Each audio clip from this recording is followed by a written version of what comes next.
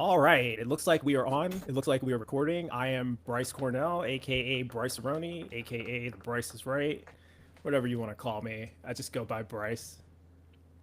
And oh, I got a feedback. Does anybody hear me twice? Okay. That's because I had my YouTube in the background. That's my bad.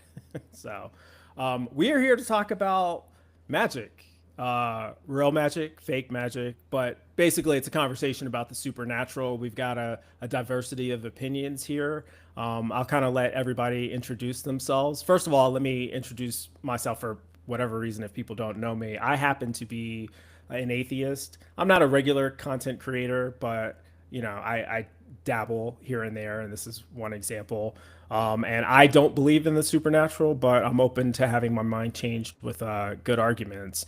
And we also have Jason Jewell here, who I don't know if he believes in magic or not, but he certainly is more of an expert on magic than I am. So, Jason, who are you? Tell us a bit about Hi, yourself. so my name is Jason Jewell. I've been a professional illusionist and performer for about 20 years. And I lecture on logic and syllogistic structure and skepticism and kind of how we formulate beliefs and judge those beliefs and stuff. So, yep. Sweet. And we have Greg Rogers. I'm not sure if this is in the same order, but he's over here for me. Greg, how you doing? I'm doing well. Who are you? Yeah, name's Greg Rogers. I'm a Christian atheist. I mean, a theist. You're A definitely Christian, not a Christian not atheist. a Christian atheist. A Christian theist. I have grown up as a Protestant. Currently attending a Southern Baptist church, but have different thoughts with regards to some things with regards to the nature of God and His essence, and then probably some may think that are classical Christians actually believe that we probably need to have a reformation in the church with regards to that. Uh, but also an author and an artist. So We I've can see some of that yeah, in the background. Jason was arts in just the background. complimenting on you that. So it's awesome. Cool. And then next to me, or in my, to that side of me, we have Cafe, who I know as Jimbo Jones, but go ahead and introduce yourself and unmute your mic. There you go. Yes, cafe. I go by online. I'm interested in particular mysticism and comparative religion. Whether it's Christian mysticism or Sufi mysticism, I have a focus on that, and I'm interested in the neuroscience of religion, the what William James called a mystical experience, and what a lot of modern neuroscience is attempting to study, whether it be through Carmelite nuns or psychedelics and so forth. But a connoisseur of altered states, I suppose. Uh, but yeah, that's pretty much my interest. And I've had a mystical experience when I was 23, and I've been interested in comparative religion ever since. And so I'm 39 now, so yeah, I've been really interested since then. Well, actually since a teenager, but even more so after that happened to me. But yeah, that's pretty much it. Cool. And then our fifth member of the panel, who just joining us by phone, although he just shifted so that now he's vertical, but not in the right way, is Mike. There we go. Mike Ray, how's it going, bud? All We were right. just doing short little introductions. Basically, who are you? What do you believe? And that's it. Mike, I am I guess you could call it an agnostic atheist. I allow for the existence of supernatural things, any god or gods.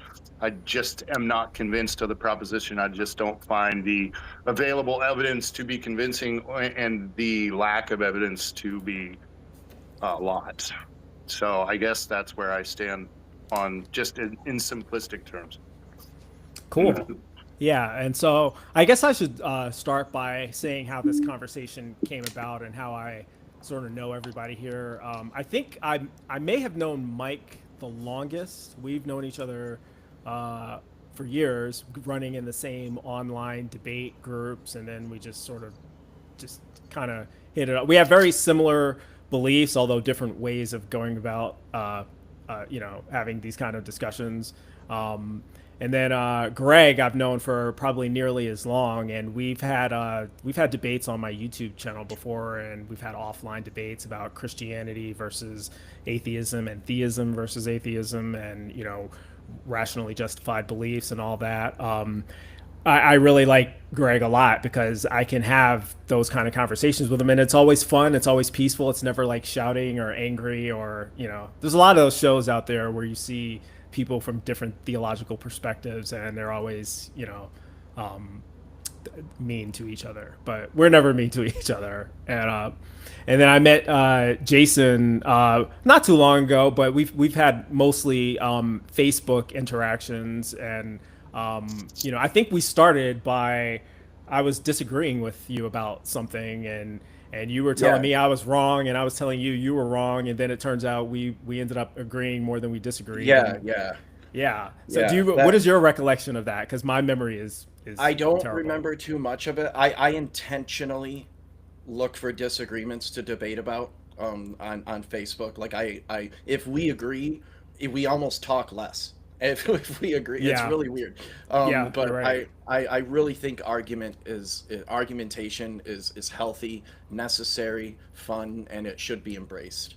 Yeah, I think the thing that attracted me about you was your focus on logic, and you seemed very intelligent or educated on like logical Yeah. argumentation, syllogisms. I think studying logic makes you look smarter than you are, but because of the way movies portray it.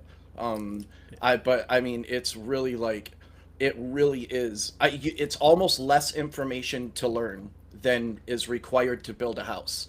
But since it's used so much in verbal interactions with people, and since it touches on like, you know, this is right or this is wrong, I think it can make someone look a lot smarter than they are, because I don't think I'm really that smart, but I am almost obsessed with the subject. I love it.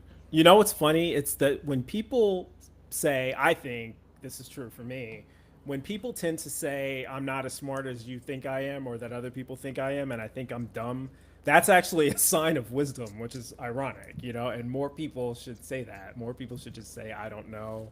You know, I wish people would say that. And then Jimmy Cafe, we've known each other for quite a while too, and we've debated before, mostly like through text. But I think we've had one or two visuals before on various platforms, and our relationship is probably the most contentious of everybody. We disagree and we have arguments and we fight, and we always end up coming back to each other. So, what is your take on our back and forth? Yeah, no, I think hashing it out in over video is a lot better doing it in a text format. So that's pretty cool that you wanted to do this, man. Yeah. Do you know Scott Williamson? I do. Uh, oh, okay. Yeah, I because do. you know he does this around the same time and every Saturday too. And but you know it's to have the motivation for it. You know, because like some people they'd rather be lethargic, man. So I'm glad that you're motivated for a discussion like this. Yeah, and one of the benefits of having discussions like this is getting to see the other person face to face, getting to hear the tone of voice, to watch the body language, and recognize that none of us have everything figured out, but we're all kind of just making our way through. We're all people. It kind of makes you less likely to, you know, call the other person an effing idiot. Yeah, you know, I like which how I'm you said. more I likely to like do. how you said recognize the body language, because a lot of times when I type things out, I realize like I bet they're adding this tone to it, Oh and yeah, that's definitely not the way. Like yeah. I'm not, because when I read what I write, I'm like, damn, that seems really rude, but it's just that's just how it's academically stated, and I don't know any other way. Like I don't know another word for like valid or sound. Like I don't know. Right. Yeah, that's a good point, because sometimes when you tell somebody that the argument they just made is invalid, they think you're saying that they're lying or that Yeah, they're yeah, dumb or yeah, that, you know what I mean? But valid and invalid has a very specific meaning in yeah. Like you can argumentation. play with the validity you can play with the validity of an argument. Whereas an argument is a set of premises that work to demonstrate a conclusion, you could take the oldest one. All men are mortal.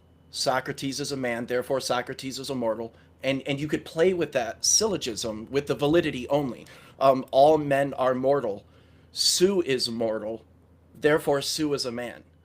And so you could take true premises and play with the validity of it and still get a false conclusion. This is why I like you, because you can explain. I know everything that you're saying is true, but for me to explain, to be able to explain that, it would have been a lot more clunky and take a lot longer. So I'm glad you're here. Hopefully, it won't come down to that. But the discussion today really is about the supernatural, and this was all spawned by a social media post I made, and it was basically, why do Christians get offended when you accuse them of believing in magic? You know, and this is not true of all Christians, but it does seem to be the case often on social media.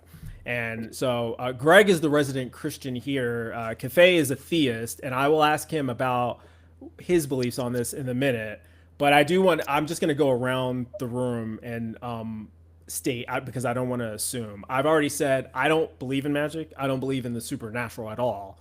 And whether we want to call magic a subset of the supernatural or if we're using the word synonymously, I don't believe in it. So I'm going to start with Mike. What is your take on the supernatural? We already know you're an agnostic atheist, so you don't believe a God exists, but that doesn't necessarily mean that we don't know what your other beliefs are. I think if you asked me this question maybe about a year ago, I would be more open to just outright saying without thinking about it, the supernatural, I am open to certain things like that existing. I can't make a definitive statement, there is no supernatural realm, et cetera, but over the past year, I've been kind of doing a little research and thinking more, just internally monologuing to myself. And I think I came to the conclusion that the supernatural, what we would consider the supernatural now, oh, y'all correct me if I'm wrong, mostly colloquially, when we say supernatural, we just mean outside the realms of natural explanation. Yeah? Can we all agree on that? Okay. So I say, I posit the supernatural in the way that a lot of people use it, as in like magic or etc., doesn't actually exist. It's simply part of the natural world that we don't understand yet, or the natural universe that we don't understand yet. And once we do understand it, once we can quantify it, give it a name, etc., explain the mechanisms, that's how it works, all that, it ceases to become supernatural and just becomes part of our natural understanding. That's where I'm at now. Yeah, I would largely agree with that, in the sense that I think that whatever exists has a nature to it. And so it's within nature. It's just that sometimes we understand stuff and sometimes we don't. You know, like back in the day when ancient people saw lightning, they thought that was supernatural because they didn't understand how it works. And then we learned how it works, and we now know no, lightning's part of nature. Right. It's natural. But no, I get that. Okay. Now, Greg, you are a Christian. The nature of the Christian God is supernatural by definition, I believe. So what is your take on other supernatural possibilities? Is it just God? Is it limited to only what God can do? Or is there things beyond the power of God that is also supernatural? And you're muted right now. You're muted, Greg. Just kidding. It's all right. Unmute yourself, Greg. Yes, that will help. That would help. Do I think there's anything beyond the power of God? No, I don't think there's anything beyond the power of God. I also don't. I would say I believe that. I don't say I know that, because I don't think it's possible to know with absolute certainty anything other than that we exist ourselves. So I think what we have is a line of belief that's based on your confidence in the evidence and reasoning and all those different things that come into play, and depending on how great your confidence is, you're going to take either a bigger or a lesser step of faith in terms of belief, in terms of actually saying that you believe something. That's not answering your question, though. Your question is that, do I believe in supernatural? Yes, I do believe in the supernatural. I do believe that there are things that, when we look at them naturally, they would fall outside the realm of, from a statistical probability of being something that would be something that is possible. Or certainly from a statistic standpoint, it would fall into that realm of being something that we would categorize as being the impossible. It doesn't mean that it is supernatural at that point, because to Mike's point, we may not know enough at this point. We may discover that there's actually a greater probability of something happening, in which case something that we thought was supernatural at one time could end up being natural. But I do think that there are things that are supernatural and are beyond the natural. Okay. So, Jason, I'm going to go to you last on purpose. I want to get Cafe in here to see what his belief, because I'm going to ask you something specific. Cafe, where do you stand on the supernatural? Because I've heard some of your talking points before in your debates, and kind of what you believe in, and you talk a lot about mysticism. When you say mysticism, are you referring to supernatural causation, or are you referring to unusual, unexplained things within the realm of nature? Yeah, no, I think there's a important distinction to make here, because you've seen me. I've talked to like Matt Dillahunty when I call the atheist experience, and I've asked him, how do you define the supernatural? His response was to say, I don't know what the supernatural is because I've never experienced it. And one important distinction with mysticism, or the mystical experience, is that people often have the misconception that there's like some I don't know, to kind of use a trivial word here, it's a Mortal Kombat style realm or supernatural world that you go to, and this is how people think of heaven sometimes, as something ethereal, that's separate from the ontology of reality as we know it. But that's not necessarily what a mystic means when they speak of like the mystical experience. They're rather talking about a sense of the totality of existence itself. So we're not talking about some separate reality, separate with a separate ontology altogether. For the mystic, it's the sum of of all reality as we beyond our normal conception of space and time. So we usually experience space and time as tense, as I'm doing this now, I'm speaking to you now, I did this yesterday, we're going to do that tomorrow. But in that vision, the mystic has a vision where all time collapses into the moment, past and future. But again, we're still not talking about some separate ontological reality. It's merely the totality of existence. So this is why the mystic says all is one, or everything is one. So I think so. Even as a theist or as a perennialist, I wouldn't say I believe in the supernatural in that colloquial sense that Mike brought up of violating the laws of physics. Right. I think that completely misses the point. So the question, okay, I'm glad you said that, because I was going to try to focus the question a little bit more, and maybe you may have already answered this, but I'll give you another chance. The way I would refocus the question is, do you believe that these mystical experiences or the visions of the mystics falls within the laws of nature? Are they governed by natural laws? No, definitely. Like I mentioned earlier, I think before we started, that I'm heavily interested in the neuroscience of religion, and a lot of the professionals that study this phenomenon, they're definitely not saying that this is outside the natural order. These are biologically normal experiences. They're not making any claim beyond that. Okay. Jason, the reason I came to you last is because, just to be clever and silly, you are a magician. Yes. And so what do you think about magic? It's interesting. A lot of times when I have people come up to me and they're like, for real, is magic real? Is magic real? I sometimes I don't know if they know what they're really asking, because when I ask them back, like, are you asking me if I do this right here to the camera, just for an example. Let me see if I can make you bigger. There we go. Wow.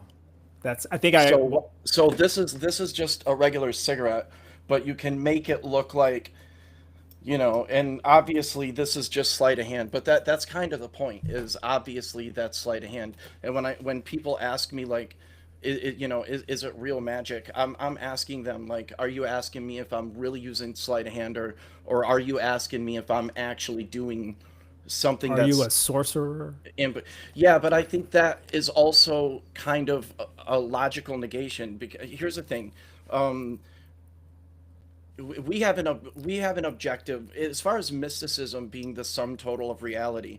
I would just say that then you just have a different word for reality, because that's what reality is the sum total of existence. And what is existence?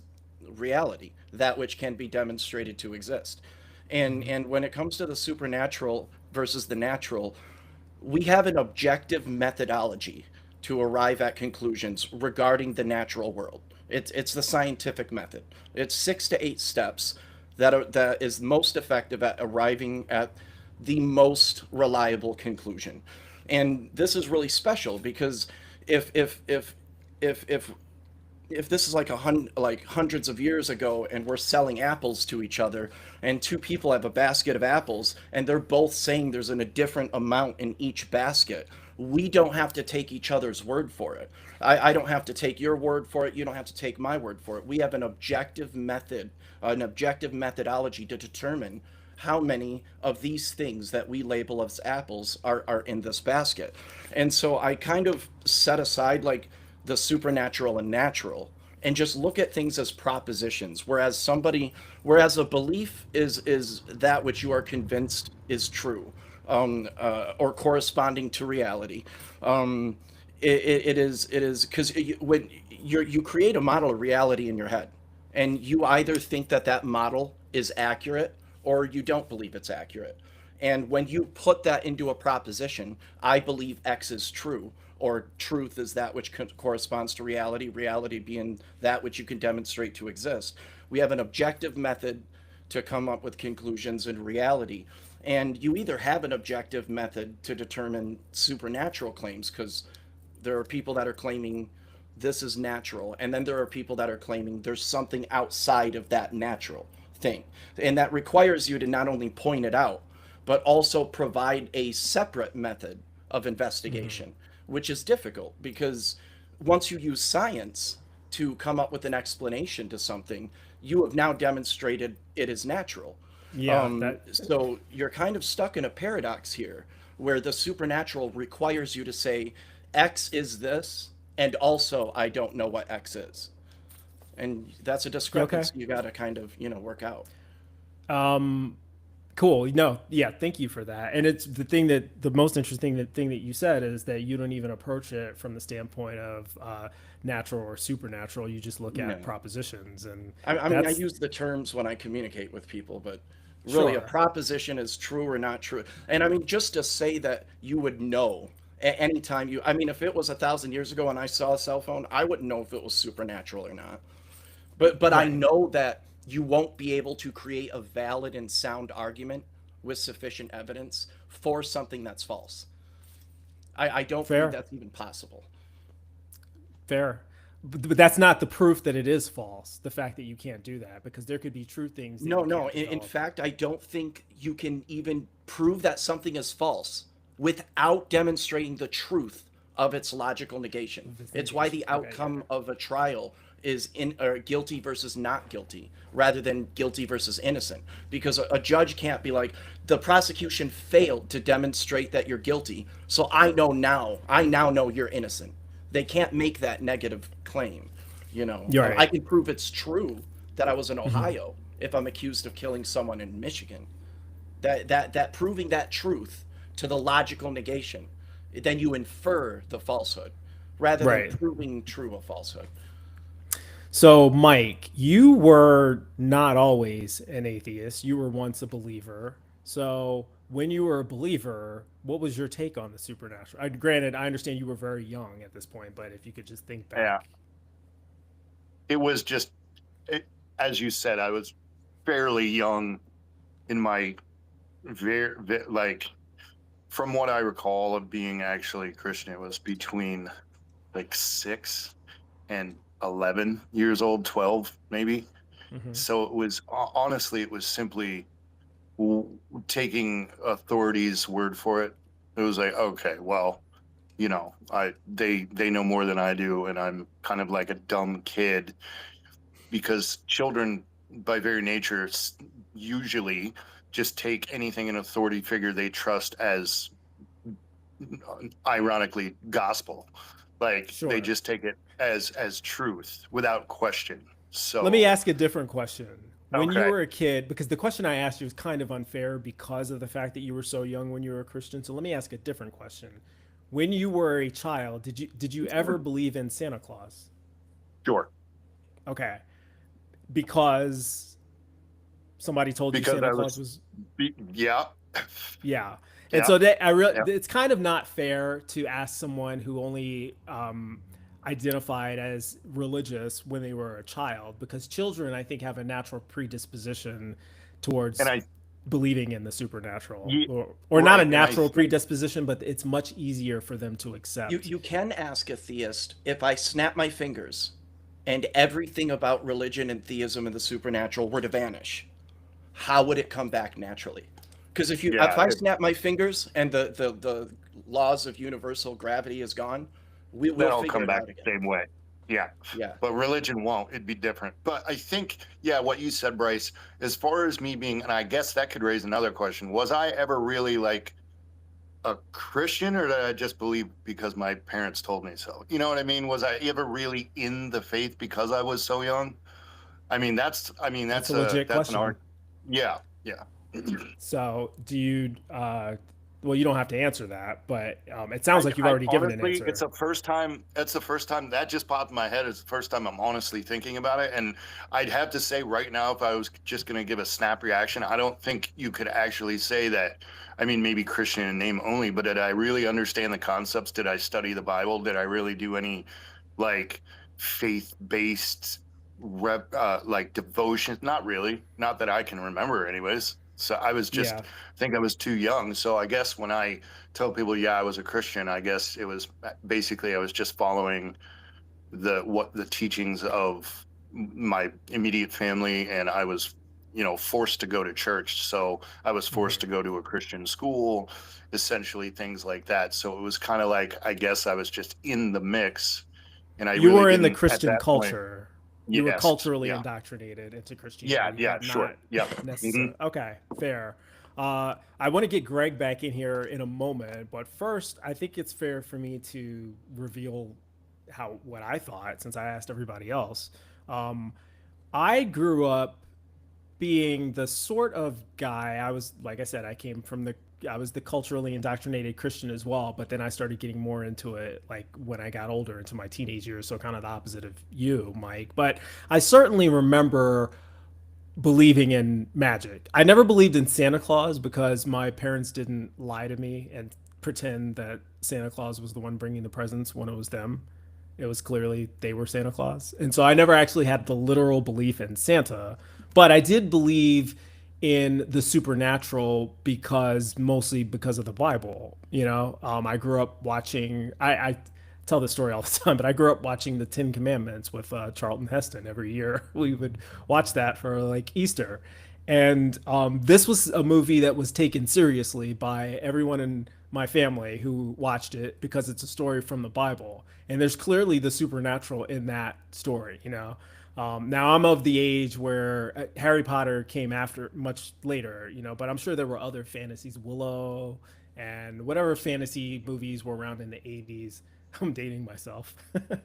But I knew that that was fantasy. And I didn't believe that that was real, really, because people they would tell me, no, that kind of magic is not real. But then I would watch the Ten Commandments, which looked the same. And they were like, this really happened because it's in the Bible. So there was a little bit of cognitive dissonance going on because I knew that magic as traditionally presented was not right or not real, or maybe if it was bad. But I still always kind of believed that something supernatural was true because of the Bible. And so now that was my perspective. Greg, you are a Christian now. I know we've talked many times, and you'll have to forgive me because, again, my memory, right? But were you always a Christian? Did you grew up in a Christian culture, Christian environment? You're Right. from the Bible Belt, so presumably you've always believed in Christianity. Yeah. Did you always believe that magic, the supernatural, was uh, real and or accessible? Yes, always believed it was real. Always believed it was accessible.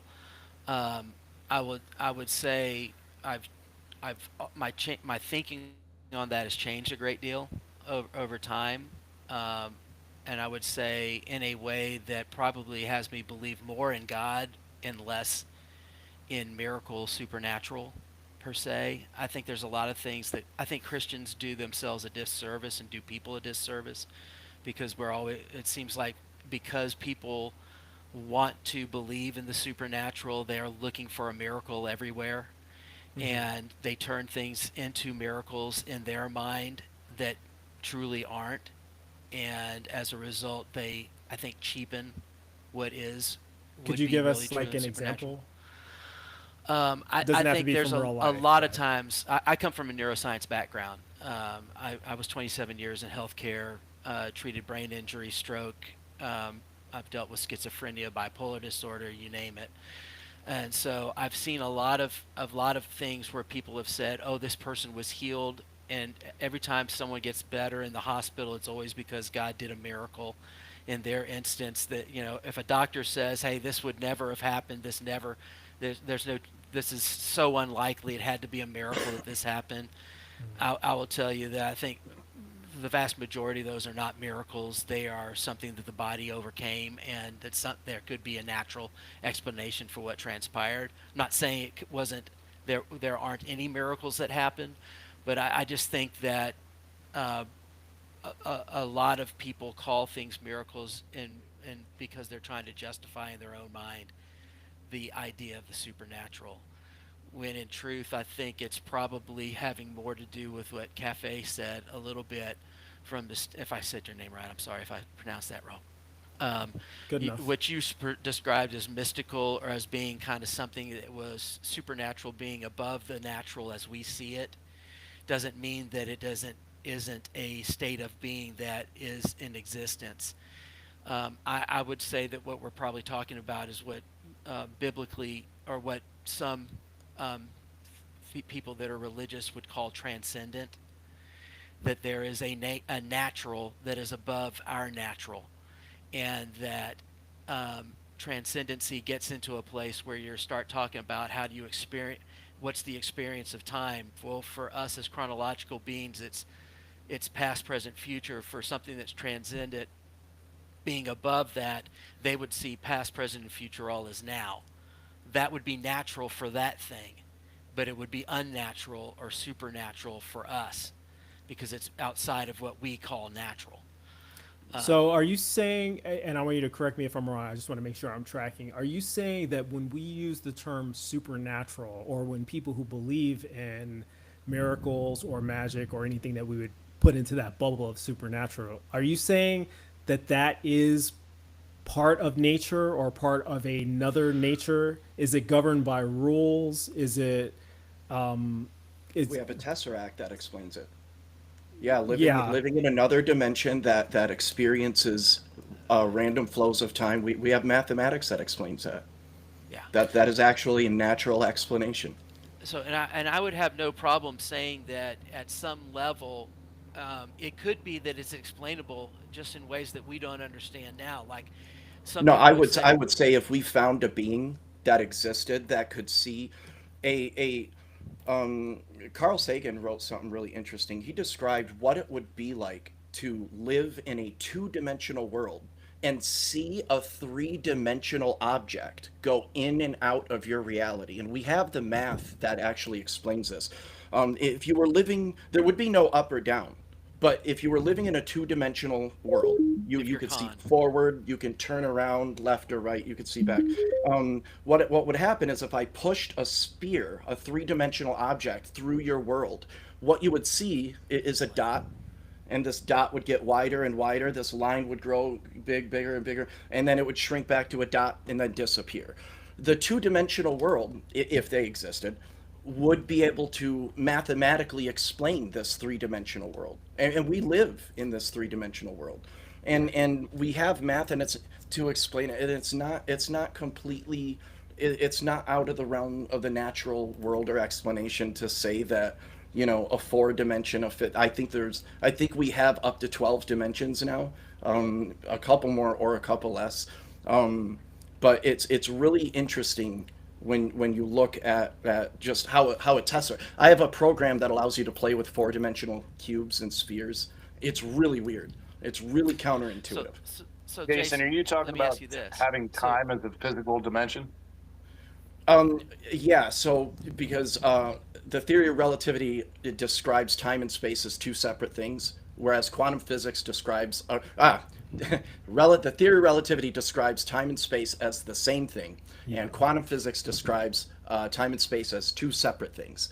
So for a particle, distance for a particle isn't what distance is for us.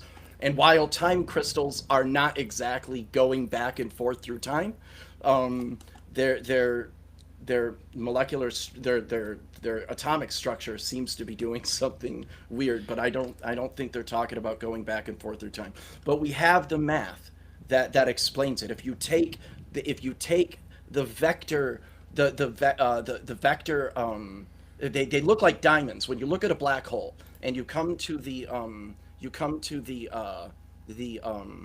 Information Singularity or the event horizon? singular. Thank you. The singularity. Singularity. All these little vector lines seem to vanish. They disappear. But if you switch that identity. from you might be familiar with this. If you switch that from like a two-dimensional to a three-dimensional to a four-dimensional grid, then it opens up a whole new reality. And when you fall into a black hole and look behind you, you see the entire universe play out from. And you can describe this easily with angular momentum. You can describe this really easily because like if you hold your arms out and you spin really fast and you pull your arms in, you go faster, right? That's conservation of energy because you've given your body enough power for that fist to travel this many feet. It must now travel that distance. It must travel that distance because it has that energy. But when you pull your fist in, now this is the only distance it's got. But it still has all that energy, so it's got to go around really, really, really, really fast. So what happens when you fall into a black hole, you really are seeing the universe that's shrinking play out until the end of the universe. Right. You would So we've got different dimensions. Yes. I didn't want to cut you off, but I don't want to No, get I'm too. sorry. I will. If I don't you want to get don't, too I will talk scientific. forever. And I don't want to lose the audience. Can I say something? Yeah, go Bryce, ahead. real You wanted quick? to ask a question. Yeah, I was just going to throw in then because so Jason, you say that there's 12 dimensions that we know of now, or I that don't we- know exactly we how many. I know theorize. we're up We- to something like that. Okay. I've heard that there were up to 11 hypothesized. We And only by, know of by 4. this I mean we have the math to explain it.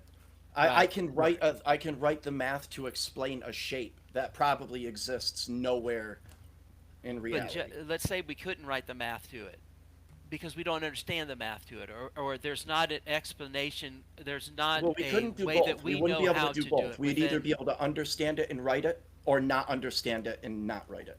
Right. And I think that's when we start talking about the supernatural from the standpoint of a God.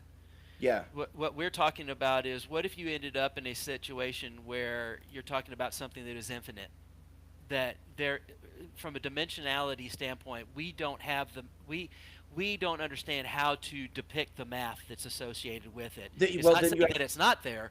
You have but two it's saying- choices. You can point to the observation Uh-huh. and demonstrate the observation and say, here's the observation, we just don't have the math. This is what happened with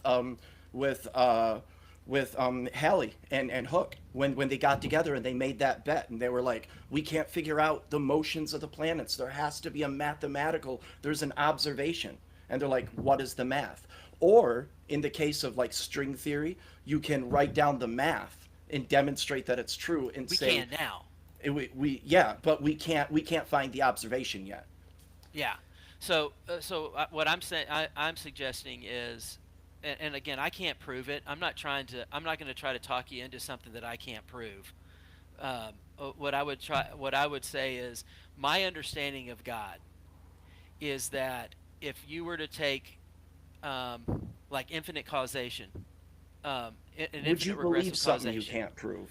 right? And which it gets paradoxical from the standpoint of how could you ever have something come into being if it was depending on something else to come into being before it came into being itself? It would be an infinite regressive causation, and it becomes it sounds impractical. And Why? I say sounds. I'm not saying that I it don't know is. why an infinite regression is impractical. We have Well, math you would to. never have anything that would exist if it was always dependent Why? on something to come on before. But why?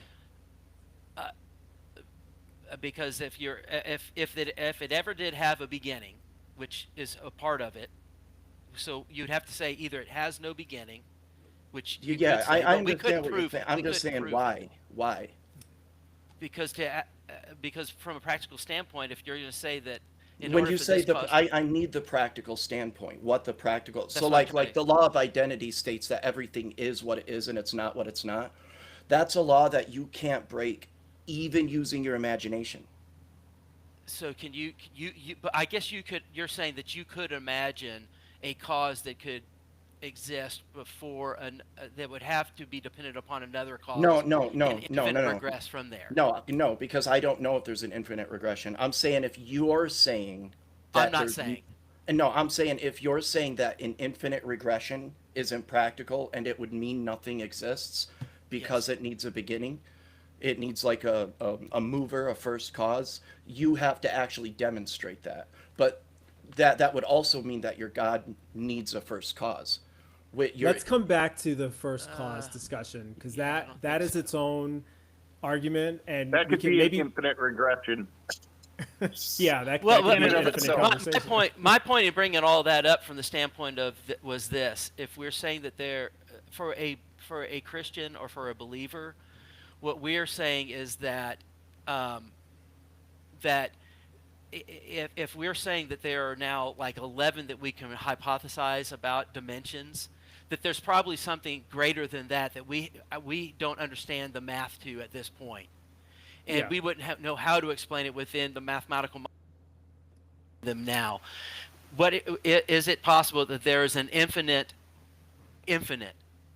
We lost your camera, I but think we can still hear possibility you. also needs to be demonstrated. Right, and that's what I'm saying. I don't think you have the ability to demonstrate that. Just that, but that doesn't mean that it's not there. Sure. And so, in which case, you end up in a place of what a Christian would call faith, which is that I'm either taking I have um, I have just as much reason to believe that there is a um, infinite regressive causation, that would be true, or that there would be a first cause. I would say there would be a greater chance of there being a cause that was the first cause than Let's put a you would pin have in an it. infinite regress of causation. I'm not sure what's going on with my Yeah, I maybe try camera, exiting sorry. out and coming back Yeah. in. Sometimes that works. But I do want to get Cafe in here because he's been silent, and I do want to ask you about your interpretation. Oh, hang on. There he goes. We'll wait for Greg to come back before re-engaging with him. But I do want to ask Cafe about your interpretation of the Bible, because for me, this whole conversation came about because I was debating people on the Bible and the magic in the Bible. So you don't identify as Christian, but you do see some truth in Christianity and various other religions. What is your take on biblical scripture? Do you think that the Bible is 100% true, partially true? And specifically, when it comes to the supernatural claims, what is your interpretation of that? And let me go ahead and unmute yourself. I think it's a I- kind of a there- complex question, but because scripture is very rich and it's written throughout centuries and over centuries of periods of time, and from the OT to the NT, it's a completely different style approach with theologians, even how they speak on it.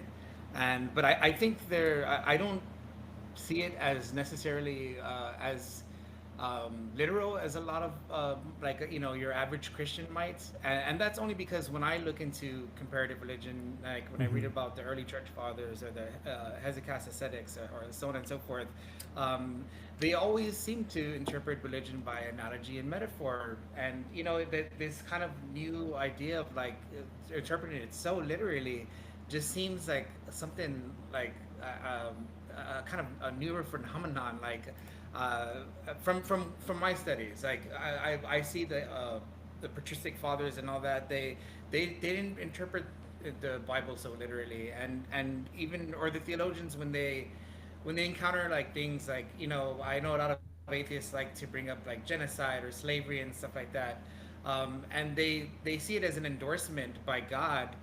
But when I read it, I see that as a kind of conflation between reading the text as like as a a description of history, rather than something about theology as in the nature of God.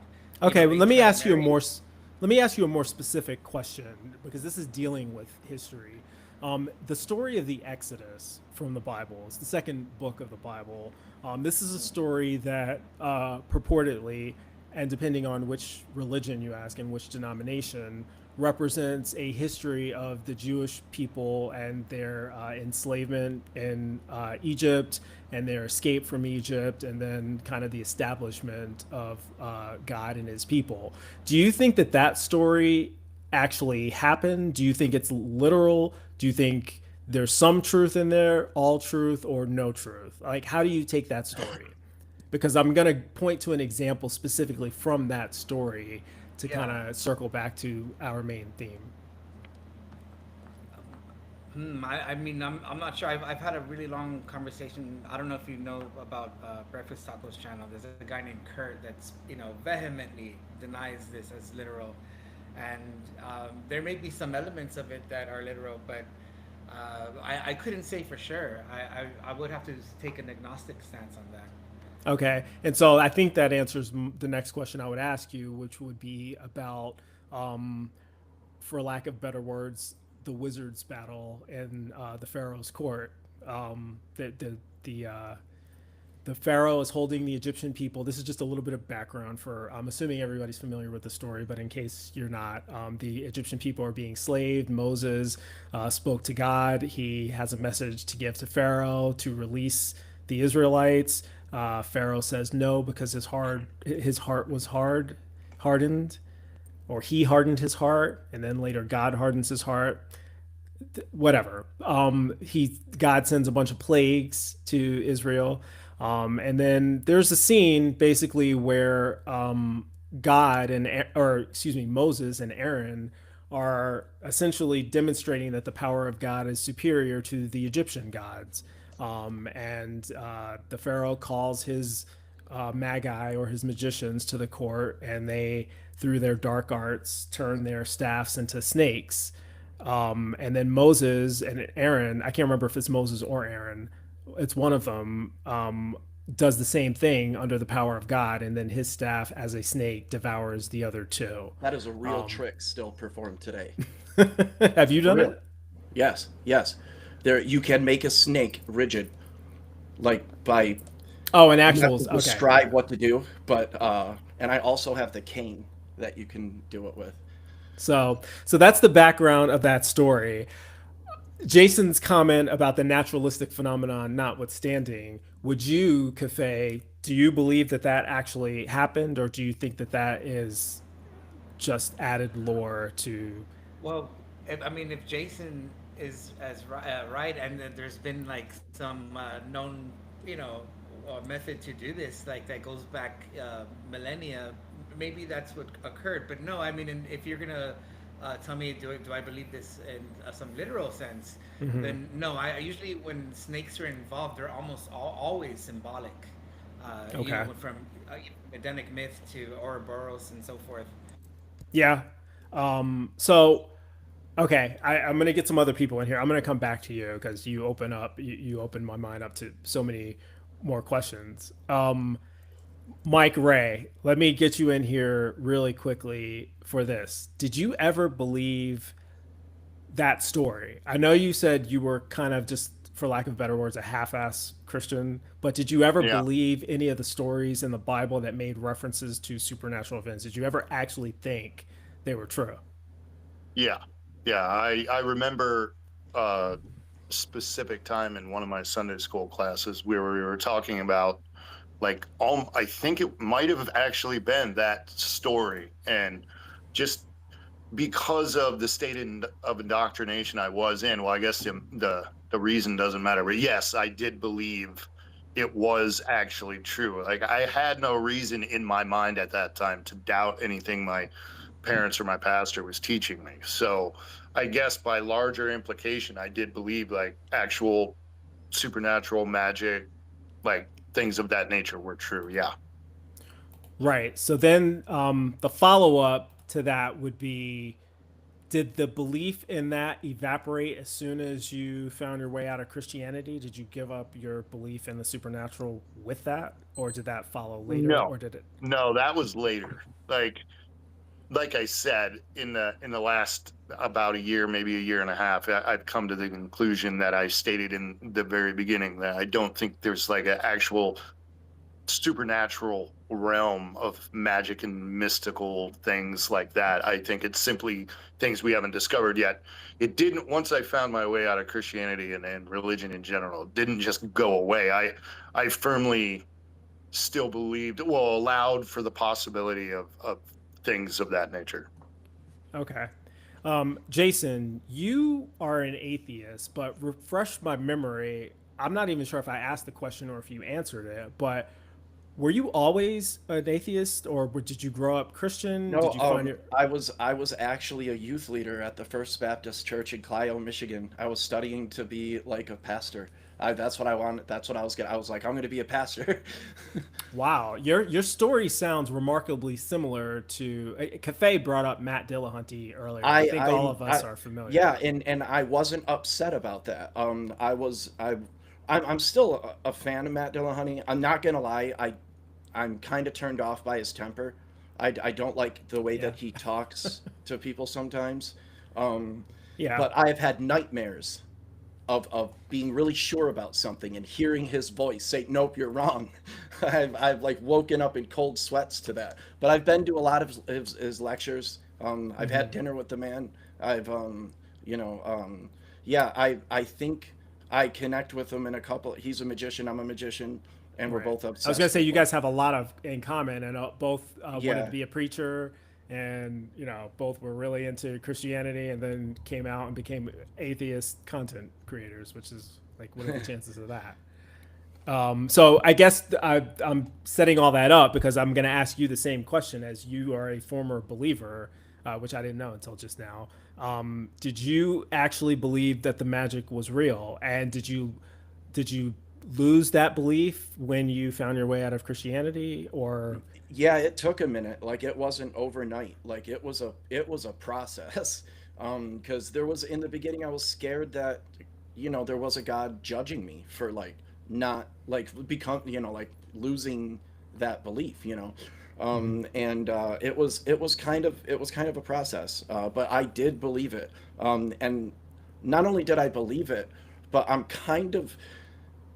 I don't want to say I'm disappointed that the God of the Bible doesn't exist, because that would be frightening, because you could just be a good person and you're screwed from the beginning, and but I am kind of depressed about the fact that I haven't seen any real magic. Like I want there so bad to be something like that. Like Is so that why bad. you became? Is that why you became an illusionist, or Um, did that partially inspire that? I actually don't remember when I started doing tricks. Like I really don't remember. I'm 43. So when I remember being around when Copperfield was like performing, and I remember being obsessed with that. But I remember like doing magic at that time. So I don't really know any kind of connection between, you Okay. know.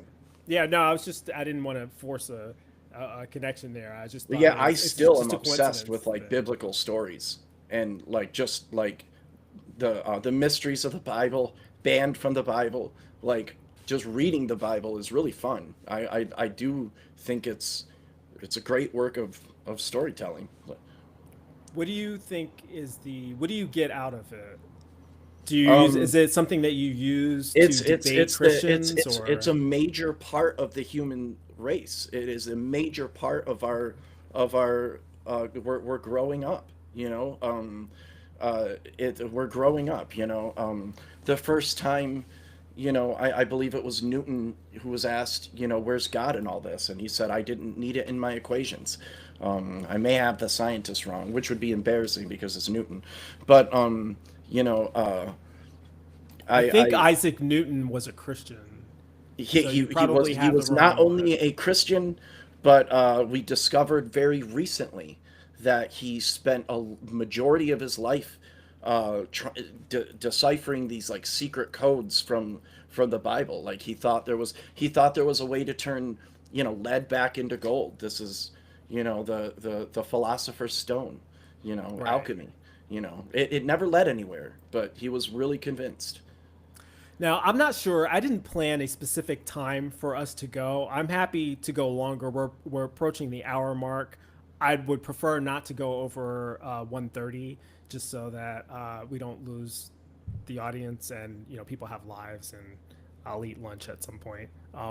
But so if any of you needs to go like when the hour is up, feel free to do so, and then I'll cut the stream at an hour and 30. I do have something that I think the theists here, and even the believers and non-believers, will find. I think it's worth it for them to hear this. And just so you know, I am a like straight skeptic. I've seen no evidence of the supernatural, nothing. Um, but I do have something that happened in kindergarten when I was in third grade. I'll say a really short version of this, but I probably think about this 3 times a month, and no exaggeration. For my entire life, I've thought about this at least more than once every month of my life. Um, you know how your parents, sometimes your mother will take her rings off when she does the dishes. I I I stole one of those rings one time, and I gave it to this girl that I had a crush on in like third grade. Her name was Erica Nelson. This was in Birch Run in Michigan, and to be funny, I would hold my breath to make my face turn red. It was something that I'd do to make kids laugh. Um, and I did this, and I must have passed out. I did pass out, um, but and maybe it was because All Dogs Go to Heaven was playing, and they had this really trippy going to heaven scene. I have no idea, but when I was unconscious, I really did, for real, like see this like a very stereotypical light at the end of the tunnel, like floating. And I don't know if my mind made sense of it when I woke up, you know. I mean, maybe it was what happens to you I know. can tell you exactly what that You was. studied neuroscience, Mike, right? You know how It was Greg, I the think. dendrites on the axons, I believe they are, and how they start rapidly connecting these. Yeah, so maybe my brain, just lack of oxygen, made me see a white light, and my brain made sense of it afterwards, like you would a dream. But I think about that very often. Like even as an atheist, I think about that sometimes. Jason, I oh, Bryce, I'm sorry. I just wanted to piggyback on what Jason said because I had something similar happen to me. Not when I was maybe like 8 years old, and I think about this almost as often as you think about that. It's always been a very, very vivid memory in my head from my childhood, like I can remember since it was yesterday. I was jumping on my bed as kids do, and there was a toy box at the end of my bed that was filled with like toys, stuffed animals, whatever it was. And I did a backflip unintentionally on my bed while I was jumping on it. And for like a millisecond, a split second, I was outside of my body watching myself do a flip across the room. And when I blinked my eyes or whatever I could see with outside of my body and opened them back up, I was laying back in my toy box. I had done a flip and ended up in my toy box. Now, I cannot explain that, but I remember it like everything. I remember what my room Yeah. smelled like. It is one of the most vivid memories I have of my entire life. And it was from when I was like 7 or 8 years old. It's stuck with me forever. And It is that's blows my frightening mind. sometimes. Yeah. You've told me that story before, actually. You probably don't remember, but I do know what happened to you, Jason, because what you've described is very. First of all, it's happened to me multiple times, not as a child, as an adult, and usually, I don't want to. I don't want to presume too much, but based on the description you gave me, um, do you know what? Have you ever heard of graying out? What? Have you ever heard of graying out? It's like blacking out, but not completely. Yeah. Yeah, when that happens, oops, Greg, I'm gonna mute you until because there's background noise. You're They fine. use that a lot in Brazilian jiu-jitsu, that phrase. Yeah, so when you gray out, basically you start to get tunnel vision, Yeah. and your peripheral vision, you lose all your peripheral vision, and you can only see ahead of you, which means that any light you're seeing is only from this perspective, and Yeah. it looks like it's called tunnel vision because it looks like you're in a tunnel, and also your auditory capability diminishes as well. It's your senses shutting down one by one because your brain Yeah. is lacking oxygen and is trying to preserve your life, and so it shuts off all the things you don't need. That's happened to me several times. One because I have a condition that caused that to happen. But the first time it happened, I thought I was dying. I thought I was like, I'm like, I'm dead. Like I'm dying because I'd never I didn't experienced think anything that like until before. after I woke up. Like in the process of it, I can't even tell you what I was thinking. Like I wouldn't be able to. I can only tell you what I was thinking right after I became conscious. Well, I had a seizure once, and that was like nothing. There was no time. It was like I had some memory walking out to my car with my calendar. I would go out to my car with my calendar and smoke a joint and like plan my month out and stuff. And I remember going out to the car with my calendar, and I don't remember anything else other than that except for me opening my eyes and seeing the floor of my car and like what, oh my god, I think I'm about to have a seizure. And then I was like, oh no wait, I'm having one. And then I was like, oh no wait, I'm It's like over. coming back from what, like it's ending. Like yeah, that was Yeah. scary. But I Greg. think it's fair to Oh, tell sorry. theists. Like I think it's good to be like, this has happened to me, you know. Right. Greg, I do want to ask you, just to kind of circle back to where we started. We're talking about the supernatural. We're talking about magic. I want to know how you feel about this because oftentimes I get into debates with Christians, with theists of all kinds, but especially Christians. I mentioned this in the beginning how, I tend to, if I sense that they're being a little bit dishonest with or not disingenuous with how they're presenting their beliefs, I'll just say, hey, but you believe in magic, and that's kind of a flippant way to get under their skin to make them start a deeper conversation. And what invariably happens is they'll deny it. They'll accuse me of slandering them or something, but they get very offended when I accuse them of believing in magic, even though the logical entailment, if you believe that biblical scripture is true, is that magic is real. Why do you think that is? But I think it's because when we think about illusions, I mean, most people think of magic, and they Christians included, will say, "Oh, I don't really believe in magic. I think it's some sleight of hand. It's some illusion. There's some other thing that's being done that could explain what's transpiring." And now what you're doing is you're taking their system of belief and saying, well, everything that you believe is that way as well. There's another natural explanation to it. So everything that you are holding to as being something that's above the natural is not really there. It's not really above. There's nothing that it really does exist. So basically you're fooling yourself is what you're telling a theist.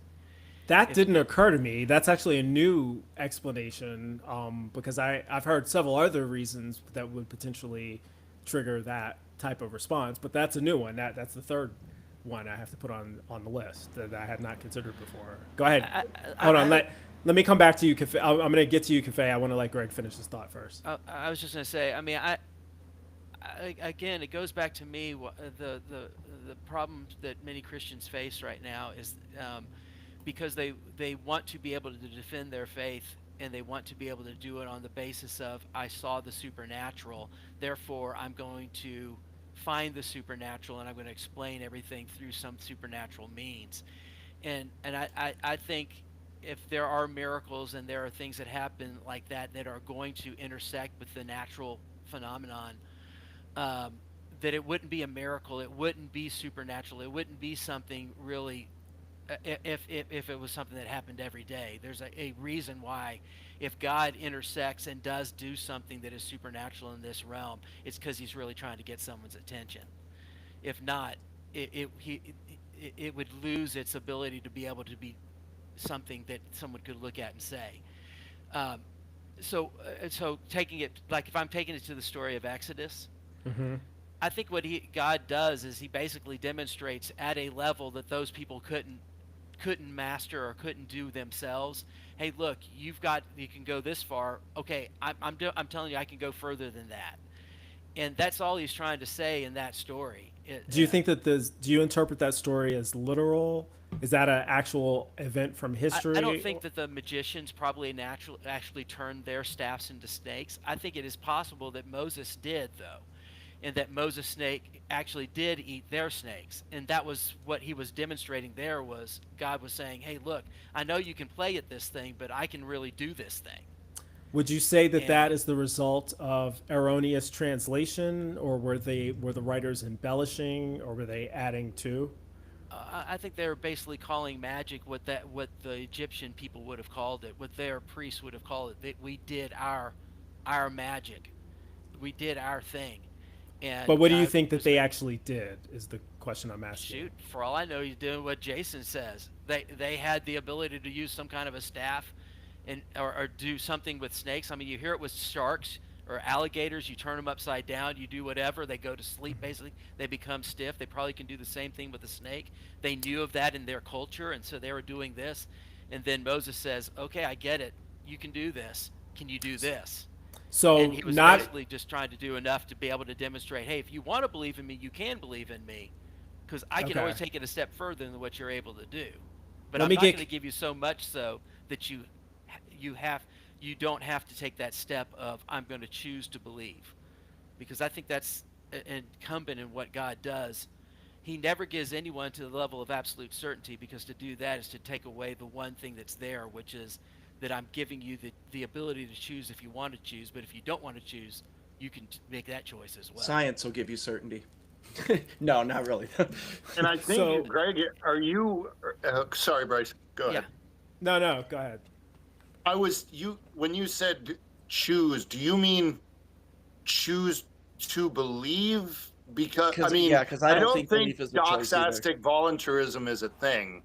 I I think everybody can agree on that. Maybe, I don't know. When I say choose to believe, when I say choose, I'm meaning choosing to worship. I'm meaning choosing to say I am going to follow and put my trust in you.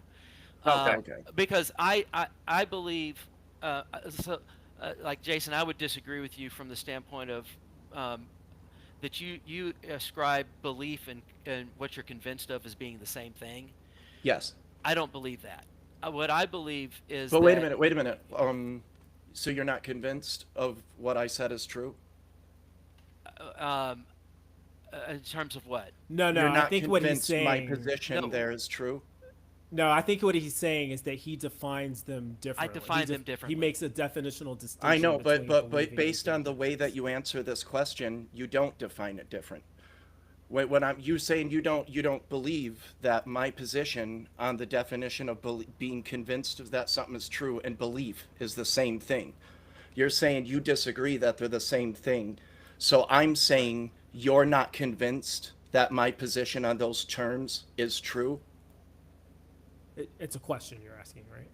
You're asking me if I'm convinced that your position on that they're two separate things or that they're the same thing. That they're the same thing. I'm saying that belief is the same.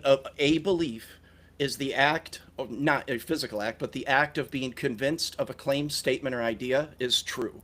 whereas truth comports with reality, and reality is that which can be demonstrated. what So I I'm believe- saying yeah. you're not convinced that my position on that matter is true. Is that correct?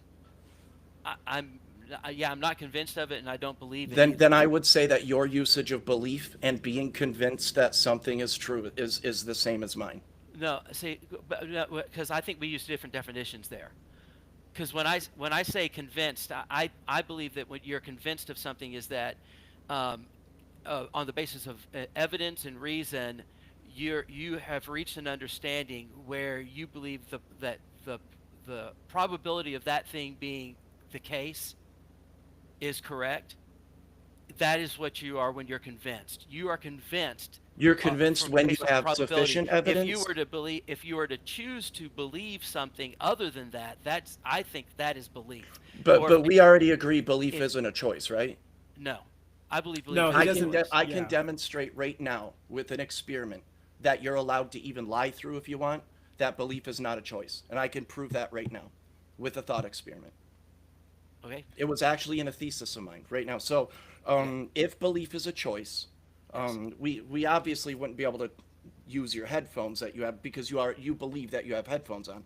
So we wouldn't be able to use that. So in order to believe or to demonstrate that belief is in fact a choice, let's choose to believe something. Maybe that's not true. So I want you to choose to believe that you are currently on the moon. And tell me when you've done it. Can you do it? Yeah, can you do that?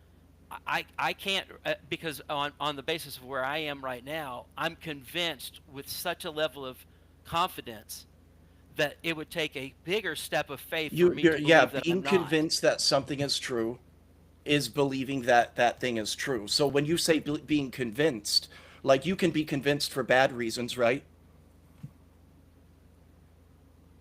I can be convinced for a bad You reason. can be convinced that something is true for bad reasons. Is that correct? I'm assuming so because what you're convinced of, you can't choose. Well, yeah, exactly. So, Yeah, but you could be choose to convinced of believe something for bad other reasons. than So, that. so what I'm saying is, the characteristic that you provided to describe the difference between believing something and being convinced, the characteristic that you provided to describe the difference between those was when being convinced is when you have gained a logical or rational reasoning for something. So what I'm saying is, if that is the case, that can't be true, and you're also recognizing that you could be being convinced for bad reasons. I That would means say- the I would say characteristic the can't be the difference. I would What's say that? here's the difference in terms of how I explain it. If I'm convinced that an airplane can take off, I'll buy a plane ticket for it. If I believe it, I step on the plane. Well, let me- There's a simpler way to do this. If I I, didn't may, real quick, understand the Jason. difference. There's a simpler way to do belief this, in Greg. action. I think Greg. convinced is what you believe in your head. What your belief is when you actually put that into action. Where- I think It is where- a when you take a step to say, I am going to I order my life on the mean, basis of that. I believe South Africa exists, but I've never gone there. I There- think that yeah. there's hold on. Let me just back Well, up. 'cause you're I don't convinced wanna to lose- a I wanna high hear what enough Mike level said. that- I don't wanna want to hear lose. what I don't want to Mike lose the is- audience. So I'm gonna let Mike talk in a second. But I do want to. I just Okay. want to get everybody on the same page. I think that what Jason just explained, I'm not sure if you were able to follow it, Greg. But I think Jason just proved that you cannot choose to believe something, because when he asked you to choose to believe that you're on the moon, your answer was, "I'm convinced with so much evidence that I'm not, that I can't." But you were and that even was allowed him to lie. saying, But I think he's equating belief with understanding. no, he's No, equating because I belief with being understand- I convinced. understand what Being Batman in is, terms and of I how don't you believe he order your life exists. is what I believe the Bible describes as what belief is. Right, and I that's think that's there's the a point that I'm definitional making. term. Right, that's what I'm saying. I think that you are using a different definition of the word belief than I the rest agree. of us. For the rest of us are defining belief as being synonymous with the state of being convinced. For you, belief Agreed. means has a biblical definition that is not. And that. that's what I'm trying to. Okay, state. but that's important. It's and important what for I us to said in recognize. terms of, I think we have a different definition. Yeah, but it's important to recognize that we're using terms differently. Otherwise, we'll just keep talking past each other. Agreed. For the Okay, purposes of That's what I was facilitating the trying to say, Jason, is conversation. I I think, think we're that using different, fails I if have a you different if you definition then of belief. apply the Right. word belief as accepting something as to be true from that point. Yeah, and you're saying, Greg, that when you say you believe in something, you are Now convinced using of that it to the term, point where it's translating into action. yeah, Well, yeah, because you Okay. could be convinced at a very low level. Like I can think that the treatments of for cancer are that they have right now are the best things based on the scientific studies and all of that, and I could still choose to believe that I'm going to try something else because I think that thing might work. Instead. Why would you choose? Why would you choose to try something else? All I would say is you can ask one of my good friends who decided not to go with any of the chemotherapy and didn't go with the what's the C one now they have now, the carbotherapy or whatever, the one that basically you kill your own immune system. You're Okay, let me providing get- the reasoning for your belief right now. Well, I think what it comes down to is it's either the confidence that you have in something else based on evidence and reason, but, Yeah, or the it interesting- could be so on the basis of bias. The interesting, It could the be because interesting you thing. want it to be the other thing. I don't really deal in terms of like want or not want, because that's like I can't know somebody's motivation or state of mind. I can And only determine whether or not a proposition is rationally justified or not. That's like the extent of my abilities.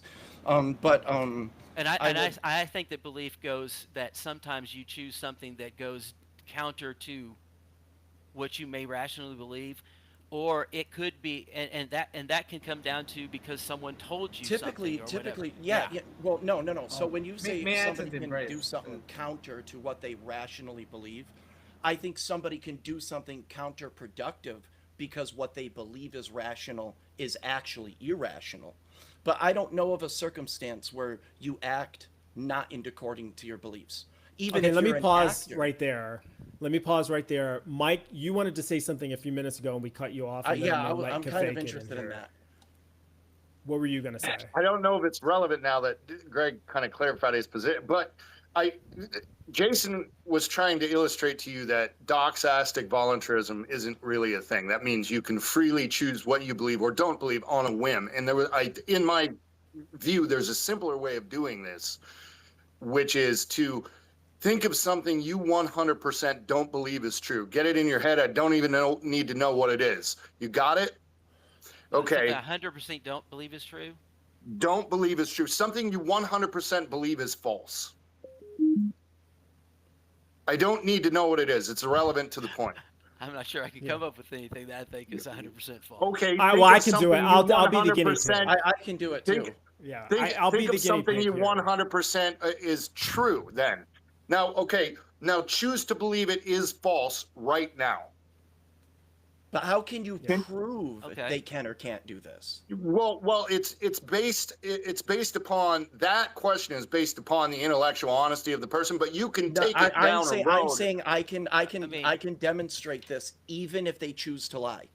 Right, yeah, I can do it too. You could just take it down a road of absurdity. Yeah, Yeah, like you choose to Okay, believe so- you can so fly you unaided by say, what's the technology. one thing that I believe with 100% certainty is true?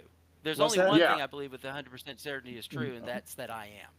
But And then- really, then- what's the difference? And then how do I between- believe that's a lie? Yeah, I'd be like, Rene Descartes. Yeah, he went through the whole Yeah.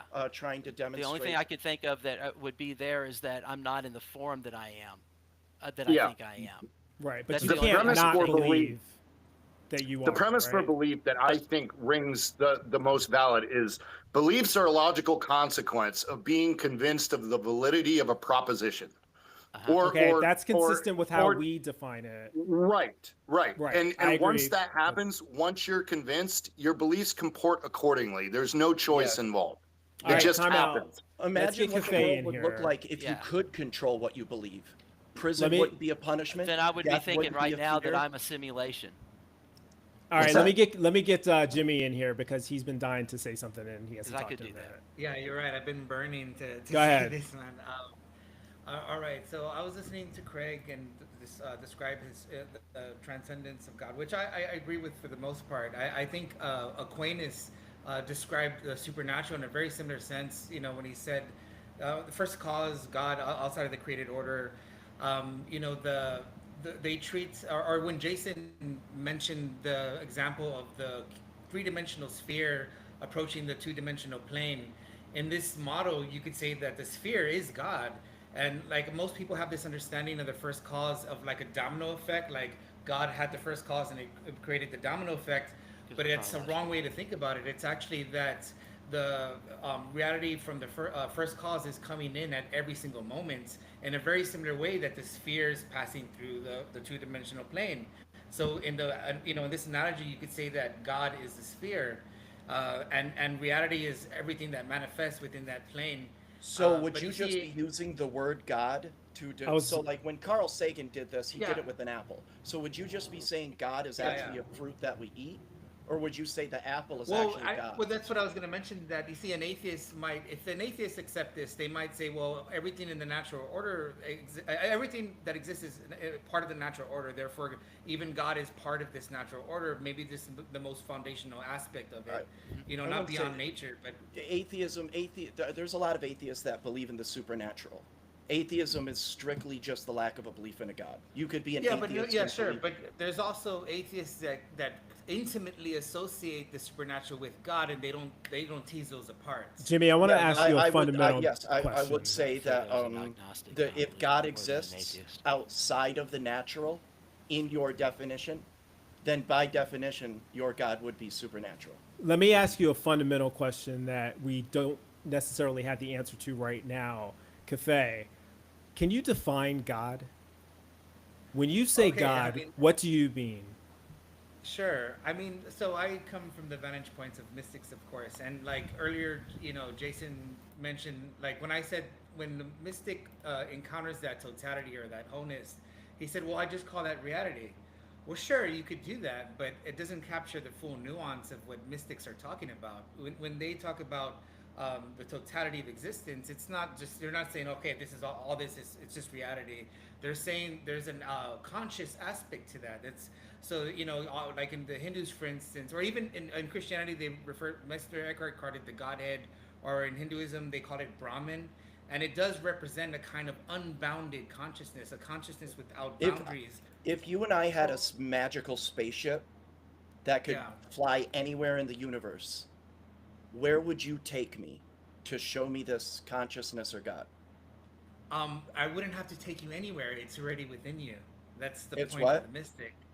I wouldn't have to take you anywhere. The point of the mystic is it's already present in you. You just your So mind okay, is so let's say you had a magical device. Let's say we're looking at a cadaver, a human body. And let's say this person, we're immoral, so we don't care about this person's well-being. And this person is a little bit psycho, so they're like, "Hey, cut me open." And we're like, "Let's do it." Where would you show me when you say it's within you? Are you speaking colloquially as a metaphor? Yeah, I'm speaking metaphorically. Like Okay, what well, mystics say- a metaphor is used to make something literal easier to understand. Well- So put the Okay, hang on, metaphor- hold on, Jason. Hang on, Okay. Jason. I see where you're going with this, but I want to ask something more, a little bit easier, just because Okay. I don't want to get too contentious, and I don't want to lose the audience. talk too Jimmy, what I want you to, no, you're fine, you're fine. What I want you I don't to think do it's is, contentious, just to let you know. That's I think fair. it's I a just great want to question. stop it before That's it gets That's there. a great way to try to. But the get question at that I what want to we're trying ask say. you, Jimmy, is God a singular being? Is it a singular conscious being, or is it something else? Okay, sure, but I want to be careful with words here because a lot of people understand being to mean something anthropomorphic. Identity. And that's not necessarily what, you know, mystics are talking about. They're definitely not talking about some anthropomorphic God. They are talking about consciousness, but not consciousness in the way that we understand it, in the way that we experience it in our everyday lives. I'll give you an example real quick. And I you know, before I got interrupted, this is something I really wanted to, you know, you know, I don't want to miss this opportunity to not be able to throw this out there. But, you know, Carlo Rovelli is a famous physicist. And he took, you know, psychedelics and had one of these experiences. And so, like, you know, the mystic, when they speak of God, they speak of it as being ubiquitous or non-local, meaning it's not confined to any point in space-time. It pervades everything, yet it transcends the ordinary linear constraints of past, present, and future. And I think modern physics does hint at this when they describe like eternalism or the block universe. And Carlo Rovelli even said that this helped him understand those concepts much better than he had previously when he was just reading about them. And what's the last thing, Bryce? So yeah, you could say reality, but I think what's the suggestion here is that our lived sense of time may just be a limited slice of reality, not reality itself. Would you describe yourself as a pantheist? I prefer the term panentheist because pantheist is so associated with just identifying the universe with God, and that's not necessarily what I'm attempting to do here. But God is definitely more of an abstract concept in your worldview. It's not no, not at all. necessarily. I don't think so. If you read a description of the one from Plotinus, for instance, he's not writing about something abstract. He's writing about the experiential content of hypnosis, of that what he engages through contemplation. It's not some abstract, fanciful, imaginative. No, I notion out get of that, nowhere. but even that, when you're What talking, if you're it's an talking about alien? when you talk about an experience that somebody's had, that's not the same thing as an entity. What I'm Yeah. trying to figure out is, do you envision God as a separate entity? No, not Not at all. necessarily Okay. anthropomorphic, but A thinking very agent. important term here that I really like is this term non-dualism. Non-dualism. It's primarily emphasized in Eastern philosophy, but you can find it in every world's major religion, and it refers to this subject-object dichotomy that we have in our everyday consciousness. Like you sit there, Bryce, you're looking at a screen. You have this impression in your consciousness that you are a bodily entity separate from the rest of your environment. No such thing takes place at the height of a mystical experience. Those fuse, they merge as one, not just in here and now, within space time, but like I said, it's more profound than that. They have the impression that all time, all past, all future have collapsed into the moment. And so Okay. it's a very different way of perceiving reality. And just to be clear, that's fair. But just to be clear, you don't believe that God, the way that the word is used in most religions, referring to an entity, that's not what you associate that term with. You don't associate the term with a specific Well, entity. no, I mean, if you look into mysticism, I mean, you can find this at the core of all the world's major religions. Christian mysticism, Sufi mysticism. Mysticism is found in Hinduism, Taoism, and so forth. And it's described as a union with the divine, or they say a union with an absorption into the absolutes, is how they put it. That, at the height, that there is a merging with the individual and the Godhead. Okay. Like in Hinduism, real quick, I just want to say Yeah, that, go ahead. So Go ahead, let's say, the Brahmin, they have this term called Atman, but Atman kind of represents a localized or fractal expression of that totality, localized in the individual's consciousness. But it's a fractal expression of it, meaning if you're familiar with the term fractal, it contains the entire whole of the pattern, throughout. Yes. Okay, Greg wants to say something, and then we're gonna wrap. No, up. I find it fascinating. I'd love to Cafe to talk.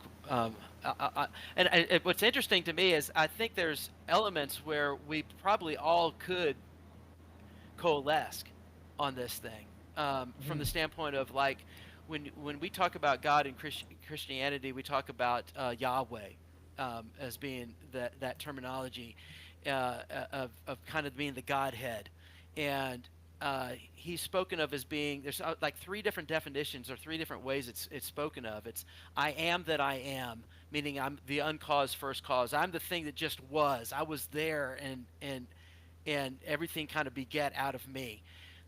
There's I am what I am, meaning my identity is equal to my essence. So it's not, we have this thing about God as being this being, and he's saying no, my being is actually what I am, my omnibenevolence, my, if you want to say love, if you want to say mercy, and all these different things, the perfection of those things, this is what I am. And I find that my identity is those things. If you want to know who I am, then know the perfection of those things, and that's who I am. And then he says also, I will be that I will be, or I will be what I will be, is the idea of transcendence. It's that if he ever will be something, he already is that thing, because for him, past, present, and future is all now. And so there's this idea of the eternal now that's a composite within that.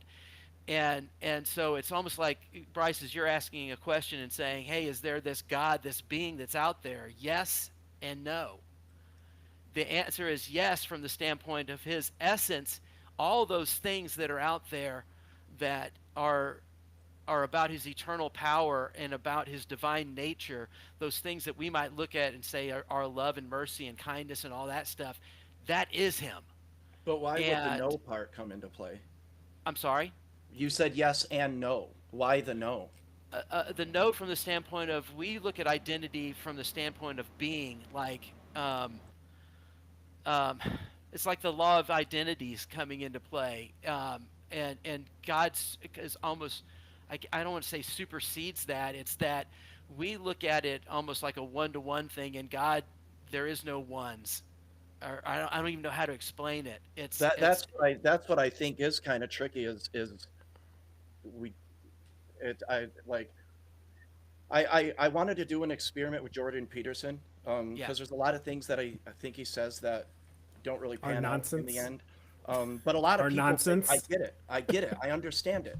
I did an experiment with a different lecturer one time who was quite upset at me for this, Yeah. but I had a lot of fun doing it. Where he defined a term which I won't get into, but he defined a term that a lot of people like to debate about, and a very large portion of the audience was like, "No, I get it, I get it." I don't think that they did.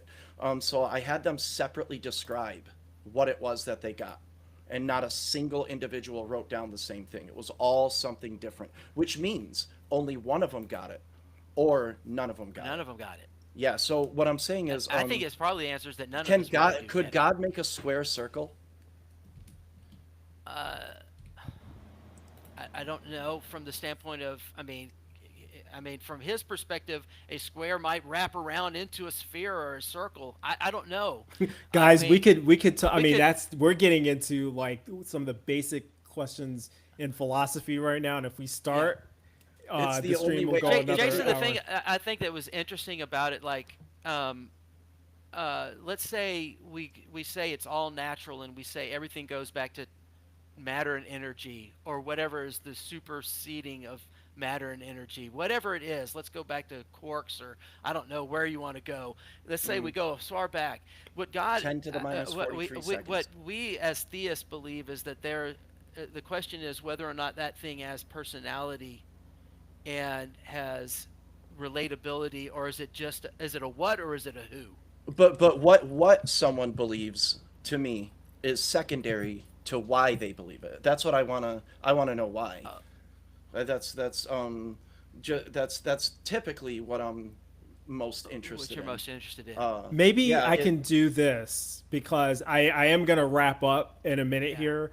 But I think, first of all, I want to thank all of you. I think this has been a great, cordial, interesting Yeah, conversation. we gotta do we this went again, in and out. 'cause I can get a lot of viewers for this. If you guys are open to doing this again, hit me up in the backstage or in the Facebook Messenger group, so that we can all deconflict times and coordinate. Because, yeah, I agree with you, Jason. The why is the most interesting question, and I don't want to let Greg answer it right now because it's too long of a discussion. We've been yeah. talking. How long have we been having these conversations, Greg? For a long, long time. Yeah, And- we're not and- gonna get and- through And that. I want to hear what Jason has to say about why he. Yeah, you me know, too.